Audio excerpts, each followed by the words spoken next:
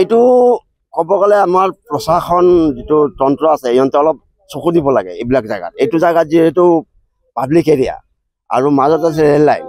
এতিয়া মই নিজেই এতিয়া শ্বৰ্টকাট যোৱাৰ কাৰণে এইটো ৰাস্তা ব্যৱহাৰ কৰোঁ, কিন্তু ব্যৱহাৰ কৰোঁতে আমি নিজেও ভাবিব লাগিব যে ৰেল লাইনৰ প্ৰতি পাৰ হওঁতে সতৰ্ক নিজে হুঁচিয়াৰ হৈ পাৰ হ'ব লাগে। আৰু এই হেডফোন ব্যৱহাৰ কৰাটো যদি চৰকাৰে এইটো ব্যৱস্থা হেডফোন ব্যৱহাৰ কৰাটো বন্ধ কৰক। হেডফোন ব্যৱহাৰ কৰি বহুত ল'ৰা ছোৱালী মানুহখিনি নিজে সজাগ হ'ব লাগে, কিন্তু হেডফোন লোৱাটো একদম মানে নল'লে ভাল মোৰ মতে।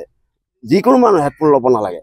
আৰু এইটো অঞ্চলত বিশেষকৈ অলপ প্ৰশাসনে যদি পুলিচ বাহিনীয়ে যদি অলপ চকু দিয়ে যে মানুহ অহা যোৱা কৰাৰ কাৰণে বাধা দিয়ে, তেতিয়া মই ভাবোঁ ভাল হ'ব, মানুহৰ জীৱন নষ্ট নহ'ব। মানে ৰেল গেট মানে কি মানুহ অহা যোৱা কৰিবই দিব নালাগে, এইটো ৰাস্তা একদম ভয়ংকৰ। এই জেগাটা এনেই ভয়ংকৰ, এই মৰে আৰু মানুহ মৰেই, এনি টাইম মৰে। আৰু আমাৰ কেতিয়াবা ভয় লাগি যায়। ৰাতিপুৱা আহিলোঁ, অহাৰ পিছত চাওঁ যে ইয়াতে এক্সিডেণ্ট হৈছে। আৰু সেই যাব খুজিছিল নাৰেংগীত লেবাৰ ষ্টেণ্ডৰ পৰা লেবাৰকেইটা আহি ওপৰত গৈছিল কাম কৰিবৰ কাৰণে, বালু উঠাবৰ কাৰণে গৈছিল। যাব পাৰ হ'ব নোৱাৰিলে, তাৰ আগতে ইয়াতে এক্সিডেণ্ট বন্ধাত গৈ আছিলে। এইখিনিয়ে দেখা পালোঁ। আহি পিনে দুটুকুৰা হৈছে, দুজন বাচিলে, দুজন মেডিকেলত টিপিনে হৈছে বৰ্তমান। দুজন একদম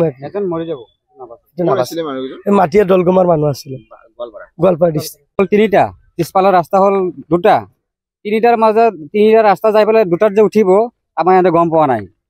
মাথাত যাই পেলাই থিয় হৈ গ'ল, ইফালে এটা আহি গ'ল, ইফালে এটা আহি গ'ল। তাৰমানে ইফালে লাইনটো ইফালে ক্ৰছ কৰিলে, সিফালে লাইনটো সেইটো সিফালে ক্ৰছ কৰিলে, সেইকাৰণে কি কৰিলে মাজতে ৰখি গ'ল। তেতিয়া মানে দুৰ্ঘটনাটো হৈ গ'ল। দুজন ডেড বডি হৈ গ'ল, এজন মেডিকেলত গৈছে, এইটো নাবাচে, আৰু এজন বাচিব হাতত